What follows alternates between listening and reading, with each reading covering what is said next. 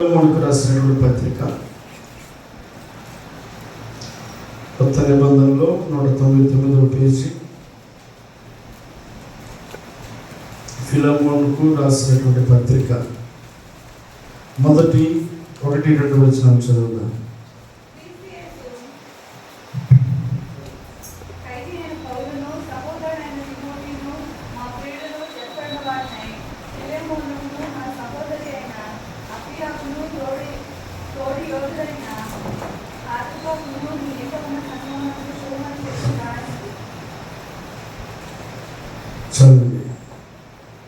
ఇక్కడ ఈ ఫిలమోనుకు రాసినటువంటి పత్రిక ఎవరు రాశారు ఈ పత్రిక అంటే పై టైటిల్లో రాయబడిన మాట ఏమిటంటే అపోస్తలుడైనటువంటి పౌలు రాసినటువంటి పత్రిక. ఎవరికి రాశాడు ఈ పత్రిక అంటే ఫిలమోను అనబడేటువంటి దైవజనునికి రాశాడు. యేసుక్రీస్తు పుట్టిన తర్వాత ఆయన పరిచర్య చేసి ఆరోహణమై వెళ్ళిన తర్వాత ఆయన ఆరోహణమై వెళ్ళినటువంటి 60 సంవత్సరాల తర్వాత దేవుని పరిచర్య జరిగిస్తూ ఉన్నటువంటి ఫిలమోను అనబడేటువంటి దైవజనుడు దేవుని పరిచర్య చేస్తూ ఉన్నాడు.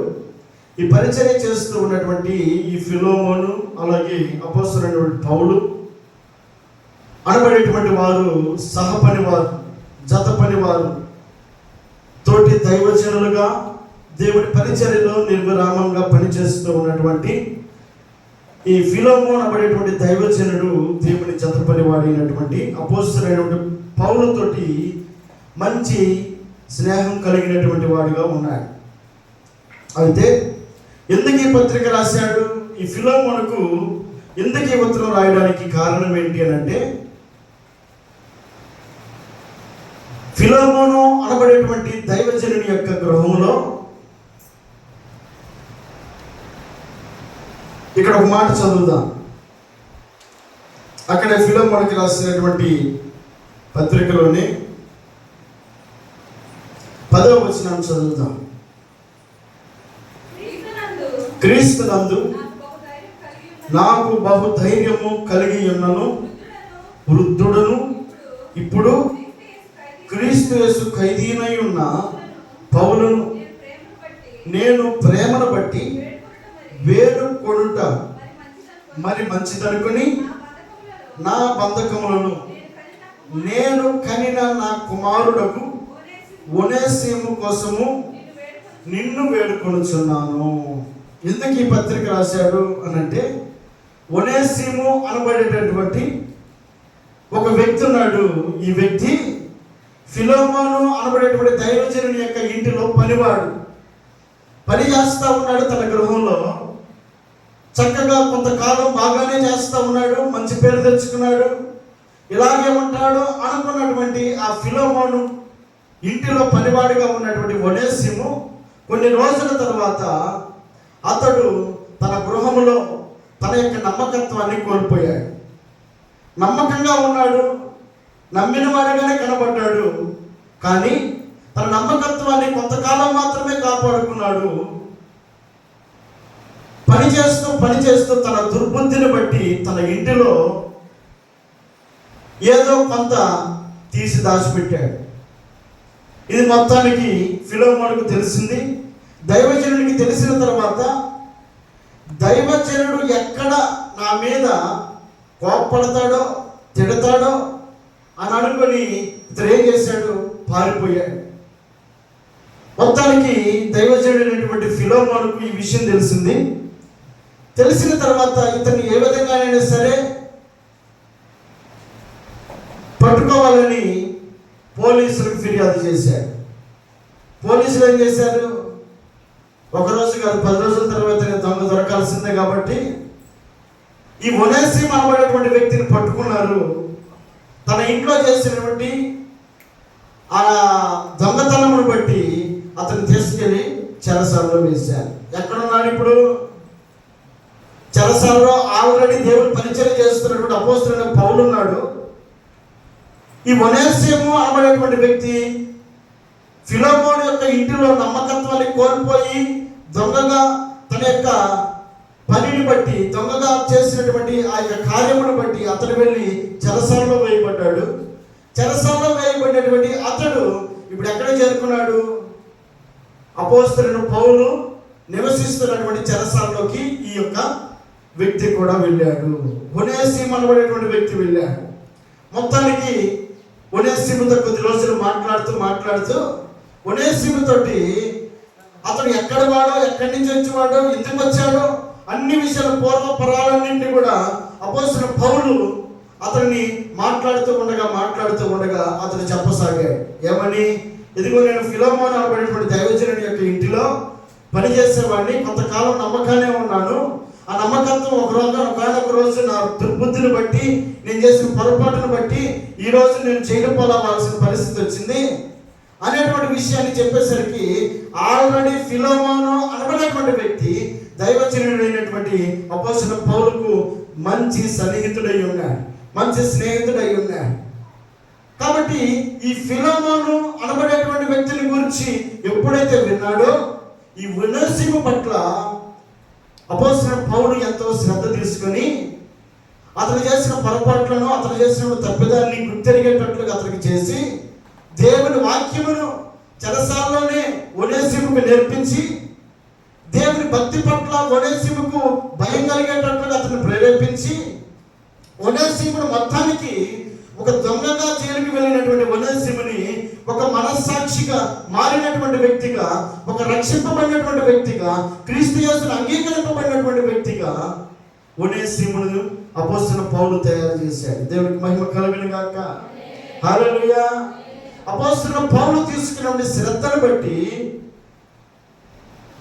అతడు ఏ వయసులో అపోస్తలుడైన పౌలు ముసలితనం అందట. 10వ వచనం ఏమనబడింది? క్రీస్తు యేసునందు నాకు బహుధైర్యము కలిగి ఉన్నను. ఎలాగున్నాడు ఇప్పుడు? వృద్ధుడను అని అంటూ ఉన్నాడు. ముసలితనం వచ్చేసింది.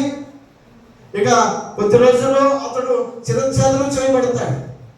ఇక్కడ అతను తల నరికి వేయబడుతుంది, అపోస్తలుడైన పౌలు యొక్క తల. ఈ వృద్ధాప్యంలో కూడా దేవుడి పరిచర్య పట్ల ఎంతో భారం కలిగిన వాడిగా ఉండి, తాను ఉన్న స్థలమును బట్టి కాక దేవుడి పట్ల ఉన్న ప్రేమను బట్టి ఉన్న స్థలము అతన్ని బాధ కలిగించినప్పటికీ దేవుడిచ్చిన కృపను బట్టి అతను ఏం చేస్తున్నాడు తెలుసా? దేవుని మాటలను ఒనేసిముకు నేర్పుతా వస్తా ఉన్నాడు.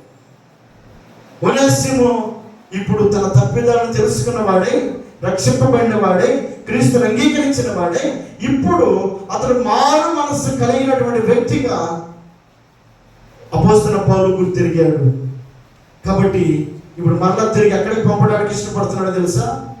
ఏ ఇంటి దగ్గర అయితే అతడు దొంగ అని పిలువబడ్డాడో అదే ఇంటి దగ్గరికి, ఫిలోమోను ఇంటి దగ్గరికి మరలా తిరిగి ఒనేసిమును పంపించడానికి అపోస్తలుడైన పౌలు ఇష్టపడతా ఉన్నాడు. ఫిలోమోను ఇంటికి ఒనేసిము వెళ్ళగానే చేర్చుకుంటాడా?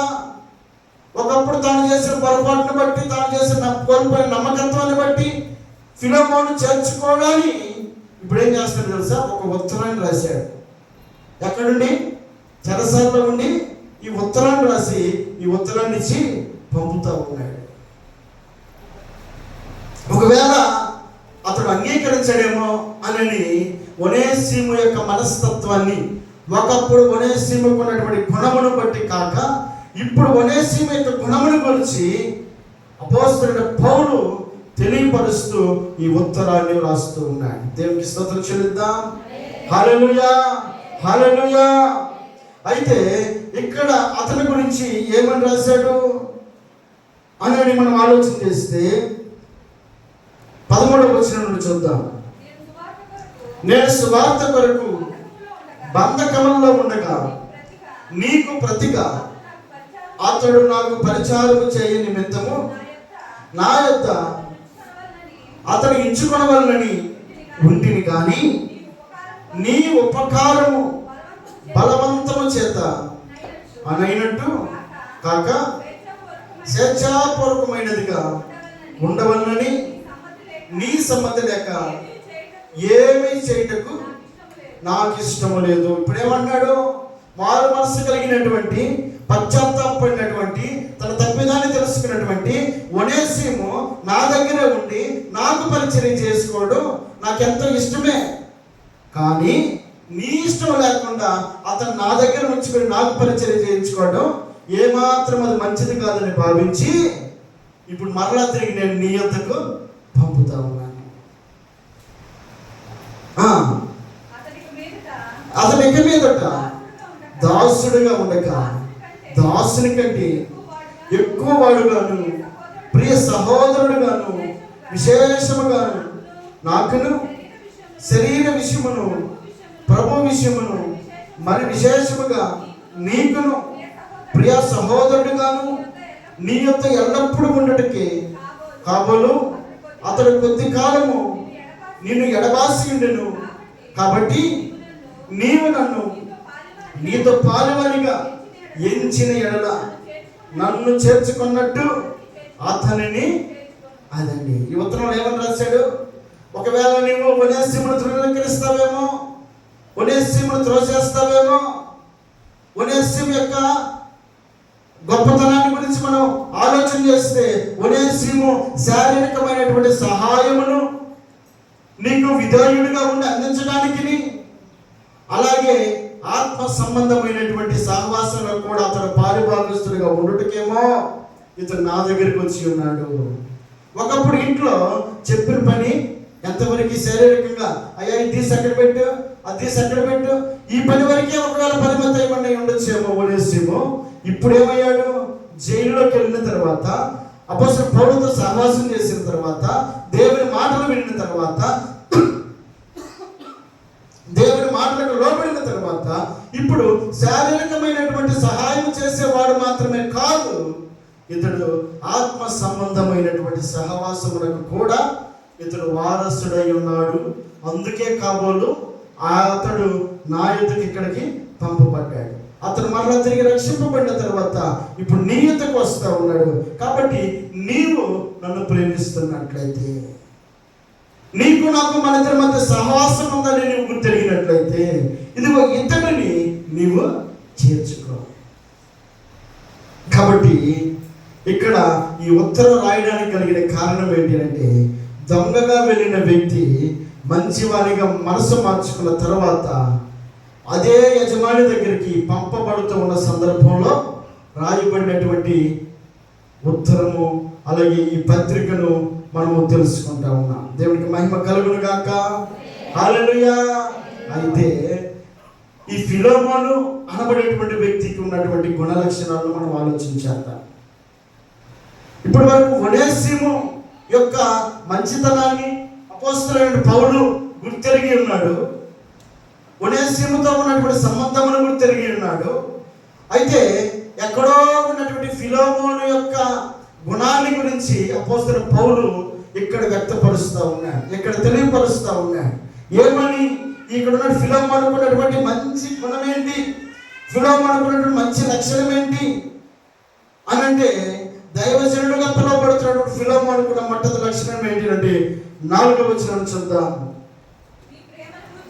నీ ప్రేమను గూర్చి ప్రభువైన యేసు ఎడల సమస్త పరిశుద్ధుల ఎడల నీకు కలిగి ఉన్న విశ్వాసమును గురించి నేను విని నా ప్రార్థనల యందు నీ నిమిత్తము విజ్ఞాపనము చేయించు ఎల్లప్పుడూ నా దేవునికి కృతజ్ఞతాస్తుతులు చెల్లించుచు క్రీస్తును బట్టి నీ యందున్న ప్రతి శ్రేష్టమైన వరము విషయమై నీవు అనుభవపూర్వకముగా ఎరుగుట వలన ఇతరులు నీ విశ్వాసమందు పాలువారగుట అనున్నది కార్యకారి కావాలని వేడుకొనుచున్నాను.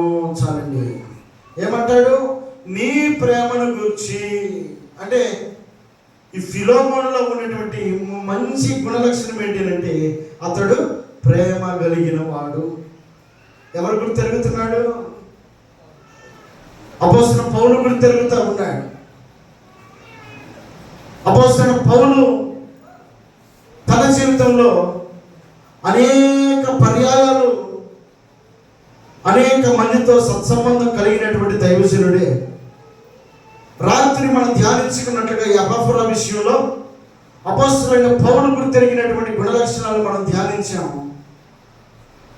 అలాగే ఎపఫ్రాలో ఉన్నటువంటి గుణాలను గురించి పెరిగినటువంటి పౌలు గారు ఇప్పుడు ఏం చెప్తున్నాడు? ఫిలోమోనులో ఉన్న గుణాలను కూడా గుర్తెరుగుతూ ఉన్నాడు. చాలాసార్లు మన పక్కనే ఉన్నటువంటి వారి విషయాల్లో మనం వారి యొక్క హావభావాలను, అలాగే వారికి ఉన్న బుద్ధిని, వారికి ఉన్న గుణాలను కూడా మనం చాలాసార్లు గుర్తెరుగుతాం. ఏదైనా మనకు కావాలనుకో, ఆ ఇంటికి వెళ్తే పెడతారో లేదో తెలుసు, పక్కింటికి వెళ్తే పెడతారో లేదో తెలుసు, ఈ వ్యక్తి మన మాట వింటాడో లేదో మనకు తెలుసు, మరొక వ్యక్తి వింటాడో లేదో కూడా మనకు తెలుసు. ఒక్కొక్క వ్యక్తికి ఒక్కొక్క గుణలక్షణాలను బట్టి మనం ముందుగానే వాడు మాట వినేవాడు కాదు, వాడు వదిలేసేయండి అని చెప్పాలంటాం. అంటే ఏంటి? అతను అనేక పర్యాయాలు ఆ విధంగా ప్రవర్తించాడు కాబట్టి మనం వెంటనే ఏం చేస్తాం? అతన్ని పసిగట్టగలుగుతాం. ఈ వ్యక్తి చెప్పిన మాట వింటాడు అని అంటాం. కారణం ఏంటి? అతను అనేక పర్యాయాలు తన యొక్క విధేయతను చూపించాడు కాబట్టి ఆ వ్యక్తిని గురించి మనం అవగాహన కలిగి ఉంటాం. అలాగే అపోస్తలుడైన పౌలు కూడా తన తోటి పనివారైనటువంటి వారి విషయంలో, తోటి సహవాసి అయినటువంటి దైవజనుడైనటువంటి ఫిలోమోను విషయంలో కూడా అతని కొన్ని గుణాన్ని వ్యక్తపరుస్తూ ఉన్నాడు. అతని కూడా మంచితనాన్ని గుర్తిరగలుగుతూ ఉన్నాడు. తనలో ఉన్నటువంటి మంచి క్వాలిటీ ఏమిటి? అతడు ప్రేమ కలిగిన వాడు. దేవునికి మహిమ కలుగును గాక. హల్లెలూయా. దేవుని బిడ్డగా మనం అనేకులకు పరిచయం అవుతూ ఉన్నటువంటి మనలో కనబడాల్సిన గుణలక్షణం ఏంటి అంటే మనము ప్రేమను కూడా కలిగినటువంటి వారమై ఉండాలి. అందుకే 7వ వచనం ఏమంటాడు? సహోదరుడా, పరిశుద్ధుల హృదయములు నీ మూలముగా విశ్రాంతి పొందినందున నీ దేన్ని బట్టి? ప్రేమను బట్టి. ఎవరి ప్రేమను బట్టి? ఫిలోమోను ప్రేమను బట్టి నాకు విశేషమైన ఆనందమును ఆదరణయు కలుగుతున్నది. సహోదరుడా, పరిశుద్ధుల హృదయములు నీ మూలముగా విశ్రాంతి పొందినందున నీ ప్రేమను బట్టి. పరిశుద్ధుల హృదయాలు ఇతడు ప్రేమను పొందుకుంటూ ఉన్నాయి. ఇతడు అనేక పరిశుద్ధులను ప్రేమించేవాడిగా ఉన్నాడు, విశ్వాసాలను ప్రేమించేవాడిగా ఉన్నాడు, తోటి వారిని ప్రేమించేవాడిగా ఉన్నాడు. ఇలాంటి ప్రేమను అపోస్తలుడైన పౌలు గుర్తిరిగి అతడు వ్యక్తపరుస్తూ ఉన్నాడు. అతడు ప్రేమ కలిగిన వాడు. అలా అతని ప్రేమను బట్టి నేను ఎంతో ఆనందిస్తూ ఉన్నాను, అతని ప్రేమను బట్టి నేను ఎంతో ఆదరణ కలిగి ఉన్నాను అని అపోస్తలుడైన పౌలు గుర్తిరగలుగుతూ ఉన్నాడు. అతని ప్రేమను బట్టి నేను ఆనందించగలుగుతా ఉన్నాను. ఫిలోమోనులో ఉన్నటువంటి గుణం ఏంటి? ప్రేమ కలిగిన వాడు. అతని ప్రేమను బట్టి తోటి సహవాసి అయినటువంటి దైవజనుడు అయినటువంటి అపోస్తలుడైన పౌలు అన్నాడు, నేను ఆదరింపబడతా ఉన్నాను అతని ప్రేమను బట్టి. చాలాసార్లు మనలో ఆ ప్రేమ కనపడగలుగుతుందా? ఆ ప్రేమను మనకు చూపించగలుగుతా ఉన్నామా? మన ప్రక్క వారు మన ప్రేమను రుచి చూడగలుగుతా ఉన్నారా? ఎప్పుడు కసిపుసలాడుతా ముఖం చిట్లించుకుంటూ ఉంటే ఎప్పుడు మన ప్రేమను వ్యక్తపరచగలుగుతాం? దేవుడు మనకిచ్చినటువంటి కాలంలో మనము ఎంత ప్రేమను మనం ప్రక్క వారికి పంచగలుగుతామో అది దేవునికి ఇష్టమైనదైంది. ఫిలోమోను నేర్చుకున్నటువంటి గుణం ఏంటి అంటే అతడు ప్రేమ కలిగి ఉండటం. పరిశుద్ధుల ఎడల అతడు ఎంతో ప్రేమ కలిగిన వాడిగా ఉన్నాడు. తన తోటి వారితో ప్రేమ కలిగిన వాడిగా ఉన్నాడు. కాబట్టి ఆ ప్రేమను అతడు వ్యక్తపరచగలుగుతూ ఉన్నాడు. దేవునికి మహిమ కలుగును గాక. హల్లెలూయా. మత్తయి రాసిన సువార్త 22వ అధ్యాయము 37వ వచనాన్ని చూద్దాం. మత్తయి రాసిన సువార్త 22వ అధ్యాయము నీ పూర్ణ హృదయముతోను, నీ పూర్ణ ఆత్మతోను, నీ పూర్ణ మనస్సుతోను నీ దేవుడైన ప్రభువును ప్రేమింపవలననిదియే. ఇది ముఖ్యమైనది మొదటిదినైన ఆజ్ఞ. నిన్ను వలె నీ పొరుగు వారిని ప్రేమింపవలను. ఇది 2వ ఆజ్ఞ.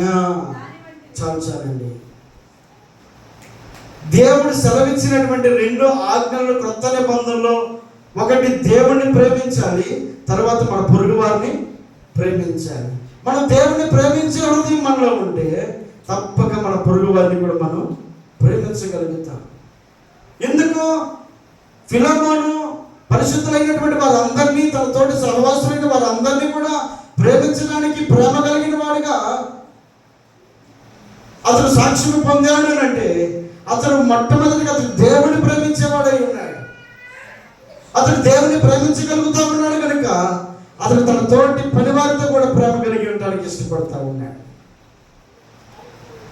అది దేవునితో ఉన్న సంబంధం ఏదైతే ఉంటుందో మన ప్రక్క వారితో కూడా ఆ సంబంధమే కొనసాగుతుంది.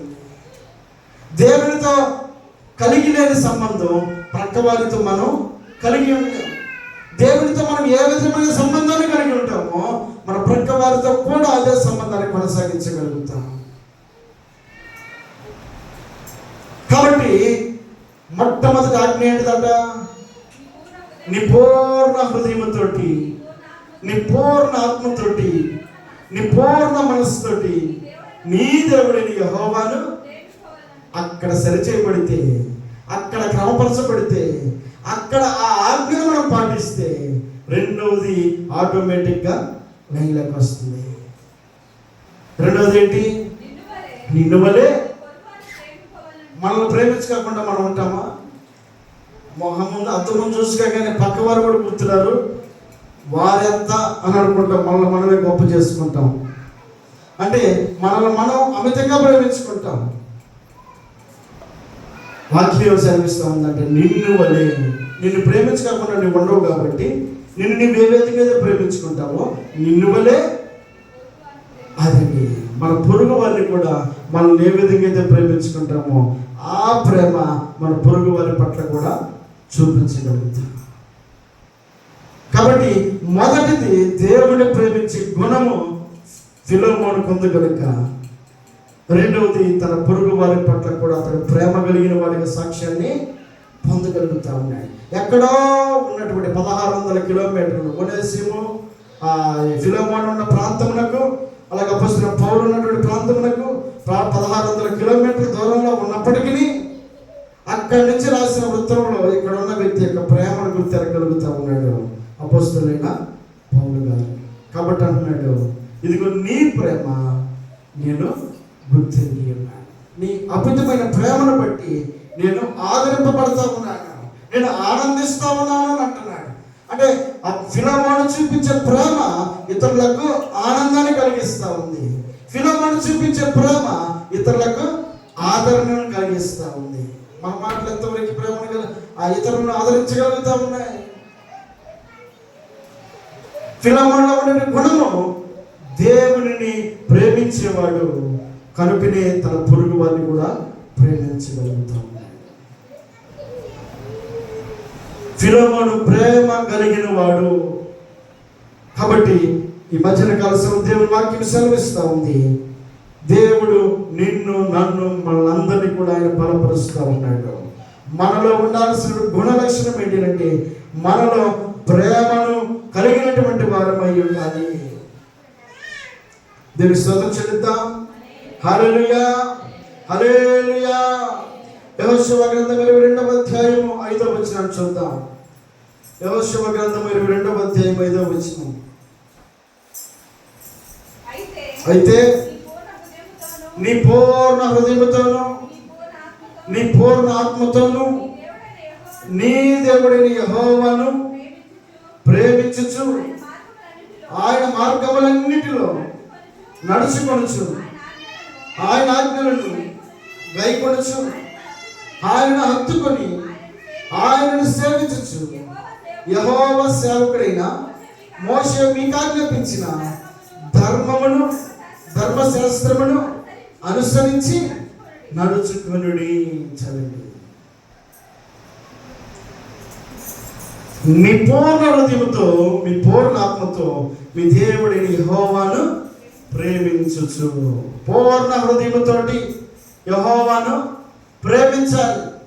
ప్రేమించినటువంటి వ్యక్తికి ఉండే రెండవ లక్షణం ఏంటంటే ఆ ప్రేమ గుణాన్ని బట్టి అతను ఏం చేస్తాడు తెలుసా, ఆయన ఆజ్ఞలను గైకొనుచు ఆయనను హత్తుకొని ఆయన సేవించుచు యెహోవా సేవకుడైన మోషే ఆజ్ఞాపించిన ధర్మశాస్త్రమును బట్టి అతడు అనుసరించి నడుచుకుంటాడు.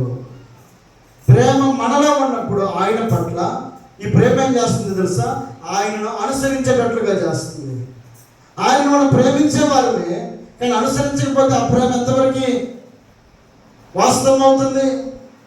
నేను నిన్ను ప్రేమిస్తున్నాను అనే మాట ఎంత వాస్తవమో ఆ ప్రేమకు తగినటువంటి నడవడిక కూడా అవసరమైంది. కాబట్టి దేవుని వాక్యం సెలవిస్తూ ఉంది, ఇదిగో నీ పూర్ణ హృదయంతోటి నీ పూర్ణ ఆత్మతోటి నీ దేవుడిని యెహోవాను ప్రేమించు. ఆ ప్రేమించిన వ్యక్తి ఆయన మార్గములన్నింటిలో నడుచుకొనొచ్చు, ఆయన ఆజ్ఞలన్నింటినీ గైకొనొచ్చు, వాటిని హత్తుకొని సేవించుచు యెహోవా సేవకుడైన మోషే ఆజ్ఞాపించిన ధర్మశాస్త్రమును అనుసరించి నడుచుకోవాలి. ప్రేమించిన వ్యక్తి ఏం చేయాలి తెలుసా? ఆజ్ఞను అనుసరించి నడిచే వ్యక్తి అయి ఉండాలి. ఆయన మాటలకు తగినటువంటి నడవడిక కలిగి ఉండాలి. మాటలకు మాత్రమే కాదు, ఆ మాటలు నడవడికకు కూడా అవసరమై ఉంది. కాబట్టి ఫిలోమోను దేవుణ్ణి ప్రేమించేవాడు. ప్రేమించే వ్యక్తి ఏం చేస్తున్నాడు? తన సహోదరుల పట్ల, పరిశుద్ధుల పట్ల అతడు ప్రేమ కలిగి నడుచుకుని ఆ నడుచుకున్న విధానమును బట్టి అపోస్తలుడైన పౌలు ఆదరింపబడుతూ ఉన్నాడు, ఆనందిస్తూ ఉన్నాడు. అతని యొక్క ప్రవర్తనను బట్టి పౌలు గారు ఆనందిస్తూ ఉన్నాడట. కాబట్టి ఫిలోమోను ప్రేమ కలిగినటువంటి వాడిగా ఉన్నాడు. రెండవ లక్షణం ఏంటి? ఫిలోమోనులో ఉన్నటువంటి రెండవ గుణం ఏంటి అని అంటే, రెండవ వచనాన్ని చదువుదాం. ఫిలోమోను రాసిన పత్రికలో, మన సహోదరి అయిన అప్పియకును తోటి యోధుడైన అర్కిప్పుకునకును నీ ఇంట ఉన్న సంగమునకును శుభమని చెప్పి రాయునది. చదవండి. ఇక్కడ చదవబడినటువంటి మాటలు మన సహోదరుని అయిన అప్పియకును అని రాయబడింది. ఎవరి అప్పియ అనబడంటే ఈమె ఫిలోమోను యొక్క భార్య.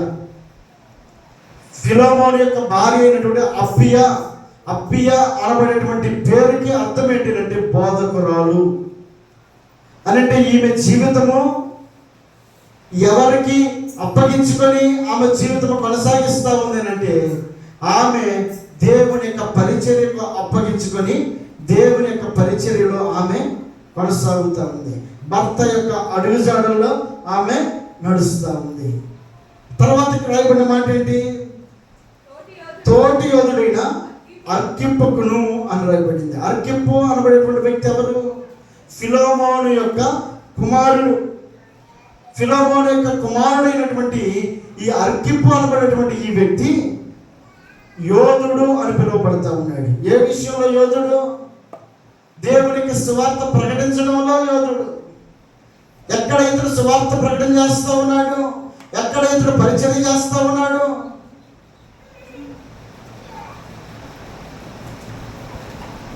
ఎపఫ్రా అనబడేటువంటి వ్యక్తి దేవుని యొక్క పరిచర్యను కొలస్సీ పట్టణంలో స్థాపించినటువంటి ఆ సంఘములో ఎప్పుడైతే ఈ ఎపఫ్రా చెరసాలలో వేయబడి దేవుని యొక్క పరిచర్యకు దూరస్తుడై ఉన్నాడో, అతడు దూరస్తుడై ఉన్నటువంటి దినము మొదలుకొని ఈ ఫిలోమోను కుమారుడైనటువంటి అర్కిప్పు అనబడేటువంటి వ్యక్తి దేవుని పరిచర్య చేస్తూ ఉన్నాడు కొలస్సీ పట్టణంలో.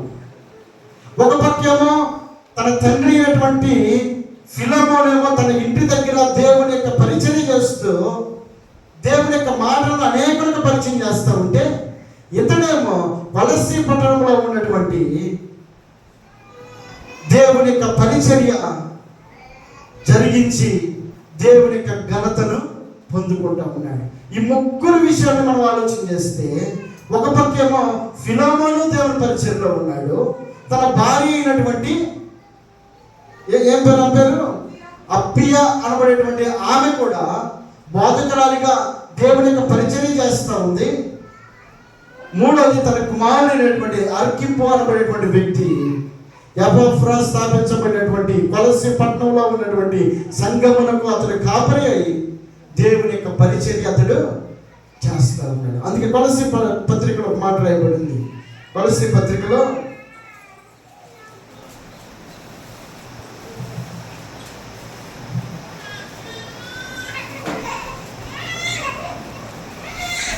4:17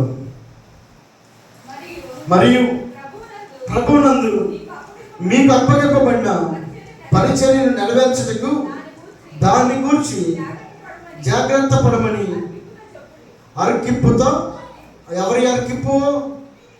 ఈ కొలస్సీ పట్టణంలో స్థాపింపబడినటువంటి సంఘమును ఏ సంఘమునైతే స్థాపించి వెళ్ళాడో ఈ సంఘమును కాపాడుతూ కాపరి అయి ఉన్నటువంటి ఈ అర్కిప్పు అనబడేటువంటి వ్యక్తికి కూడా అపోస్తలుడైన పౌలు తెలియపరుస్తూ ఉన్నాడు.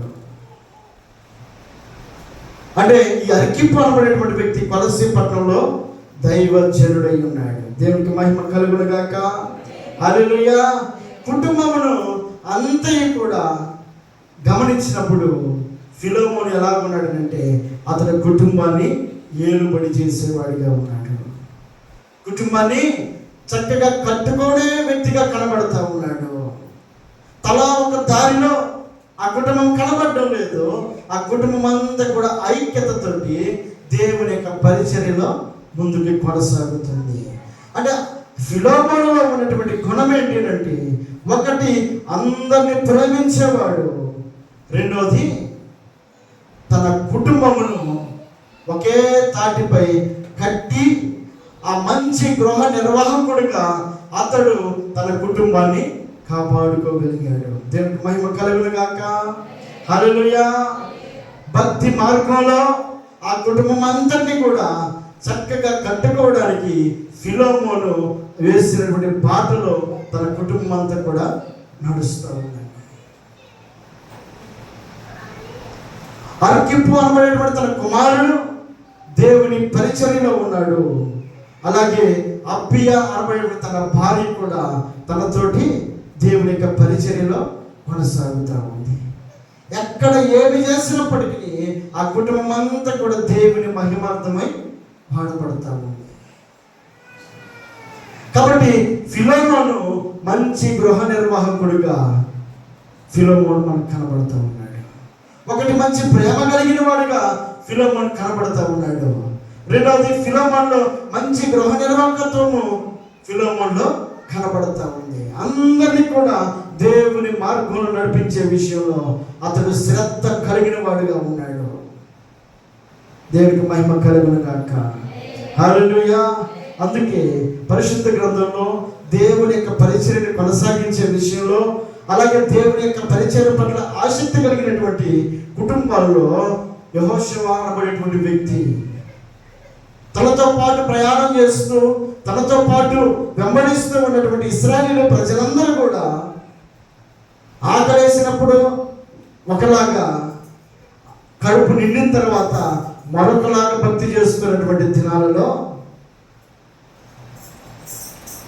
యెహోషువ అంటున్న మాట ఏమిటంటే, నేను నా ఇంటి వారిని యెహోవాను సేవించెదము. కుటుంబం అంతటిని కూడా తాను స్వాధీనపరుచుకొని కుటుంబం అంతటిని కూడా దైవికమైన మార్గంలో నడిపించుకోవడానికి యెహోషువ ఎంతో ప్రయాసపడిన వాడుగా కనబడుతూ ఉన్నాడు. అదే మాదిరిగా అపోస్తల కార్యాల గ్రంథం 10వ అధ్యాయంలో, అపోస్తల కార్యములు 10వ అధ్యాయం 1వ వచనంలో, ఇటలీ పటాలములో శతాధిపతి అయిన కొర్నేలి అని భక్తిపరుడు ఒకడు కైసరులో ఉండెను. అతడు అందరితోటి, తన ఇంటి వారి అందరితో కూడి దేవుని యందు భయభక్తులు గలవాడై ఉండి ప్రజలకు బహు ధర్మము చేయొచ్చు ఎల్లప్పుడూ దేవునికి ప్రార్థన చేస్తూ ఉన్నాడు. రెండు ఉన్నాయి. ఒకటి దేవుని ప్రేమించే గుణం ఉంది, రెండోది వాక్యం ఏమని సెలవిస్తూ ఉంది, ఇదిగో అతడు భక్తి గలవాడునయుండి ప్రజలకు బహుధర్మము చేయుచుండెను. తన దగ్గర ఉన్నదాన్ని ఇస్తా ఉన్నాడు, తన దగ్గర ఉన్నదాన్ని పంచుతూ ఉన్నాడు.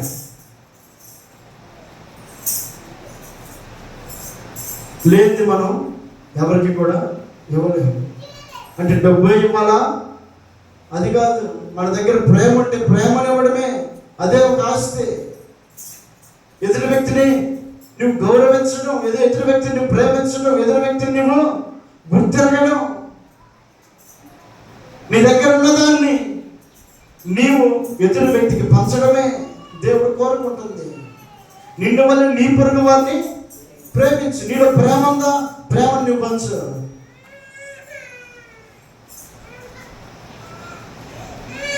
ఫిలమోను తన దగ్గర ఉన్న ప్రేమను అనేకులకు పంచడానికి ఇష్టపడుతూ ఉన్నాడు. ఫిలమోను తన గృహ నిర్వాహకత్వమును అతడు వ్యక్తపరుస్తూ ఉన్నాడు. కుటుంబం అంతటిని కూడా దైవికమైన మార్గంలో అతడు నిలబెట్టిన వాడుగా ఉన్నాడు. ఇక్కడ మనం చూసినటువంటి ఈ వ్యక్తి తన కుటుంబం అంతటిని కూడా అతడు స్వాధీనపరుచుకొని ఏం చేస్తున్నాడట, అతడు తన ఇంటి వారందరితో కూడా దేవుని యందు భయభక్తులు, అతడు ఒక్కడ మాత్రమే భయభక్తులు కలవాడు కాదు, వారందరినీ కూడా దైవికమైన మార్గంలోకి అతడు నడిపించుకున్నటువంటి వాడిగా కనబడతా ఉన్నాడు. యెహోషువ అంటాడు, నేను నా ఇంటి వారిను యెహోవాను మాత్రమే సేవించాను. అంటే ఆ కుటుంబం అంతటిని కూడా యెహోషువ ఏం చేశాడు, రకరకాల మనస్తత్వాలు కలిగిన మనుషుల మధ్యలో జీవిస్తున్నప్పటికీ అతడు మాత్రం తన కుటుంబాన్ని కాపాడుకోవడానికి దేవునికి ఇష్టమైనటువంటి కుటుంబంగా అతడు ఎంచుకుంటా ఉన్నాడు.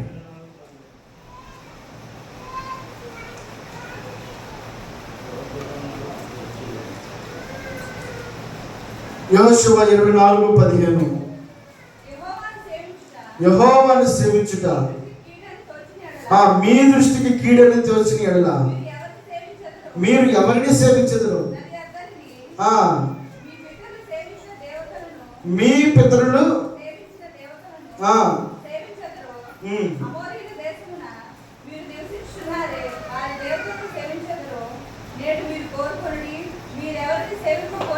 అదండి. మీకు రకరకాల మార్గాలు మీకు ఉండొచ్చేమో, రకరకాల ఆలోచనలు మీకు ఉండొచ్చేమో, రకరకాల మనస్తత్వాలు మీకు ఉండొచ్చేమో, ఇక్కడ కాలు అక్కడ కాలు పెట్టే మనస్తత్వం మీకు ఉండొచ్చేమో. ఇదిగో నేను దేవుణ్ణి ఎరిగి ఉన్నాను కనుక, దైవిక మార్గంలో నేను కొనసాగుతూ ఉన్నాను కనుక, నిజ దేవుడు ఎవరో తెలుసుకున్నాను కనుక నేను నా ఇంటి వారిను యెహోవాను సేవించదమని. రకరకాల మార్గాలు లేక కాదు ఈ మార్గంలోకి వచ్చింది. అనేక మార్గాలు మోసుకుపోయిన తర్వాత దేవుని మార్గంలోకి రావడం కాదు, అనేక రకాలైన మార్గాలు కళ్ళ పక్కనే కనపడతా ఉన్నాయి. వాటన్నింటినీ విసర్జించి ఇది కాదు అనుకున్నాడు. ఇప్పుడు దైవికమైన మార్గంలో తన కుటుంబం అంతటినీ కూడా నడిపించుకొని స్వాధీనపరుచుకొని క్రమపరుచుకున్నటువంటి వ్యక్తిగా యెహోషువ కనపడతా ఉన్నాడు. మంచి కుటుంబము దేవుని యొక్క ఆశీర్వాదమును పొందుకోగలుగుతుంది. కాబట్టి ఫిలమోనుకు ఉన్నటువంటి గొప్ప ఆశీర్వాదం ఏంటి అంటే, కుటుంబం అంతటినీ కూడా దైవికమైన మార్గంలో అతడు నడిపించగలిగాడు. మొదటిది, ఆయన దేవుణ్ణి ప్రేమించిన వాడు, అలాగే తన తోటి సహవాసులను పరిశుద్ధమైనటువంటి వారిని, తన ప్రక్కన ఉన్న వాళ్ళందరినీ కూడా ప్రేమించేవాడిగా కనపడుతూ ఉన్నాడు. రెండవది, అతడు తన కుటుంబమును బాగుగా ఏలేవాడై గృహ నిర్వాహకుడుగా అతడు కనబడుతూ ఉన్నాడు. తన భార్య, తన కుమారుడు, అతను అందరూ దేవుని యొక్క పరిచర్యలో వారు కొనసాగుతూ ఉన్నారు. దేవునికి స్తోత్రం చెల్లిద్దాం. హల్లెలూయా. మూడవది ఒక మాట చూద్దాం. అక్కడే 21వ వచనంలో, ఫిలమోనుకు రాసిన పత్రికలో 21వ వచనం, నేను చెప్పిన దానికంటే నువ్వు ఎక్కువగా చేతువని ఎరిగి నా మాట విందువని నమ్మి నీకు వ్రాయిచున్నాను. ఫిలోమోనులో ఉన్నటువంటి మూడవ గుణం ఏంటిదంటే, నేను చెప్పిన దానికంటే నీవు ఎక్కువగా చేతువని. అతని నమ్మకం ఏంటి? కొంచెం చెప్తే అతను మొత్తం కూడా పూర్తి చేస్తాడని. అంటే తనలో ఉన్నటువంటి గుణాన్ని అపోస్తలుడు పౌలు గుర్తిరిగి చెప్తున్న మాట ఏమిటంటే, నేను చెప్పిన దానికంటే నువ్వు ఎక్కువగా చేతువని ఎరిగి ఉన్నాను. ఎక్కువగా చేస్తాడట. చిన్న పని చేస్తే దాన్ని గొప్పగా చేస్తాడట. మనం చెప్పిందే చేయము. కొంచెం చెప్తే అంత పెద్ద పని చేస్తామని చెప్పానని ఊహించి అనుకొని పనిని ఫిలోమోను చేయడానికి ఇష్టపడతాడు. దేవుడు మనలో ఉన్నటువంటి గుణాలను, చిన్న చిన్న గుణాలను కూడా దేవుడు పరిశుద్ధ గ్రంథంలో రాసి ఉంచుతాడు. ఆయన చెడ్డవారిని పరిశుద్ధ గ్రంథంలో రాసి ఉంచాడు, అలాగే మంచి వారిని కూడా ఆయన రాసి ఉంచాడు. అంటే పరిశుద్ధ గ్రంథం అనగానే అంత పరిశుద్ధమైన గ్రంథం అంటే అన్ని మంచిగా ఉంటాయని చెప్పని కాదు. చెడ్డవారిని కూడా బైబిల్ ఎత్తి చూపించింది. ఇది మంచి వారి కడుపును పుట్టి చెడ్డ పనులు చేసిన వ్యక్తిని కూడా కప్పిపుచ్చి తండ్రికి అది ఘనత తీసుకురావాలని బైబిల్ ప్రయత్నం చేయలేదు. కానీ మంచి తన తండ్రి మంచివాడైతే మంచిగానే చూపించింది, కుమారుడు చెడ్డగా ఉంటే చెడ్డగానే చూపించింది. దావీదు ఎంత గొప్పవాడో చూపించింది, అబ్షాలోము ఎంత చెడ్డవాడో కూడా చూపించింది. మనలో ఉన్న సున్నితమైనటువంటి గుణాలను కూడా దేవుడు పరిశీలన చేసేవాడు. ఫిలోమోనులో ఉన్నటువంటి గుణాలను ఈ మధ్యాహ్న కాల సమయంలో దేవుడు జ్ఞాపకం చేస్తూ ఉన్నాడు. అతను ప్రేమించేవాడు. రెండవది, కుటుంబాన్ని బాగుగా ఏలేవాడుగా ఉన్నాడు. మూడవది, అతడు చెప్పిన దానికంటే అతడు ఉన్నతముగా చేసే గుణాన్ని కలిగిన వాడుగా ఉన్నాడు. ఈ మధ్యాహ్న కాల సమయంలో దేవుడు నీకు వినిపిస్తూ ఉన్నటువంటి మాటల్లో నీవు కలిగినటువంటి గుణాల్లో ఈ గుణాలు కలిగి ఉన్నాయేమా? నిన్ను నువ్వు ప్రేమించుకుంటే మంచిదే, కానీ వాక్యం ఏమి సెలవిస్తూ ఉంది?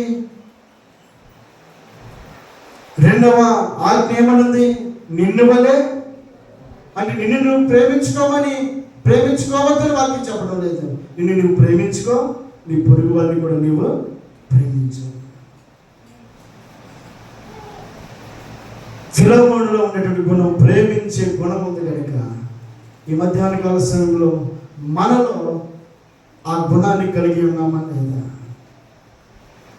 ఆ గుణాన్ని కలిగిన వారమై ఉంటే దేవుని యొక్క మెప్పును పొందగలుగుతాం. దైవజనుడైనటువంటి అపోస్తలుడు పౌలు యొక్క సాక్ష్యాన్ని ఫిలోమోను పొందుకోగలుగుతా ఉన్నాడు. తన ప్రేమ కలిగిన గుణాన్ని బట్టి ఈ మధ్యాహ్న కాల సమయంలో దేవుడిని జ్ఞాపకం చేస్తున్నాడు. నీలో ప్రేమ ఉందేనంటే నీ ప్రక్కవారు అది గుర్తెరగలుగుతున్నారు లేదా? నీ ప్రక్కవారు గుర్తెరగకపోతే నువ్వు దేవునికి ఎలా చూపించగలుగుతావు నీ ప్రేమని? ఆయన ఎవరిని ప్రేమించాడు? ఈ లోకమును ఆయన ఎంతో ప్రేమించాడు ఈ లోకాన్ని. ఆయన ప్రేమించినటువంటి విధానం జ్ఞాపకం చేసుకుంటే ఈ లోకంలో ఉన్న మంచితనం ఏమన్నా ఉందా? ఆయన ఎవరిని ప్రేమించాడు? ఆ ప్రేమలో ఎవరు కనబడతా ఉన్నారు అక్కడ అంటే, ఇదిగో వారింకను బలహీనులై ఉండగానే, వారింకను శత్రువులై ఉండగానే, వారింకను పాపులై ఉండగానే యుక్త కాలంలో క్రీస్తు మన కొరకు చనిపోయి తన ప్రేమను వెల్లడిపరుస్తూ ఉన్నాడు. కారణం ఏంటి? అతడు పొరుగు వారిని ప్రేమించడంలో అతడు ఎంతో తన ప్రాణమును ఇవ్వడానికి కూడా ఇష్టపడినవాడిగా ఉన్నాడు. ఈ మధ్యాహ్న కాల సమయంలో ఇంత భక్తిహీనమైనటువంటి మనల్ని, శత్రువులమైనటువంటి మనల్ని, బలహీనమైనటువంటి మనల్ని, పాపమైనటువంటి మనల్ని ప్రేమించాడు. మనము ఎంతవరకు ఆ ప్రేమను వ్యక్తపరచగలుగుతా ఉన్నాం. దేవుని వాక్యము ఈ మధ్యాహ్న కాల సమయంలో గుర్తు చేస్తూ ఉంది. ఫిలోమోను తన ప్రేమను వెల్లడిపరుస్తూ ఉన్నాడు. ఈ మధ్యాహ్న కాల సమయంలో నీ ప్రేమను నీ వరకే పరిమితం చేసుకుంటున్నావా? నీ కుటుంబం వరకే పరిమితం చేసుకుంటున్నావా? నీ బంధువుల వరకే పరిమితం చేసుకుంటున్నావా? లేదా ఆ ప్రేమను నీ ప్రక్క వారికి కూడా పంచగలుగుతా ఉన్నావా? నీ ప్రేమను నీ శత్రువులకు కూడా పంచగలుగుతా ఉన్నావా?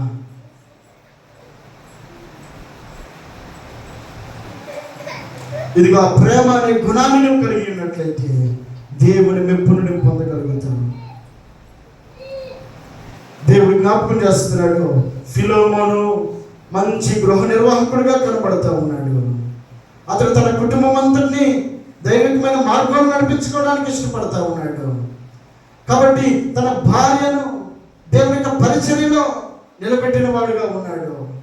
అలాగే తన యొక్క కుమారుణ్ణి ఎఫ్రా చేత స్థాపించబడినటువంటి కొలస్సీ పట్టణంలో ఉన్నటువంటి సంఘములకు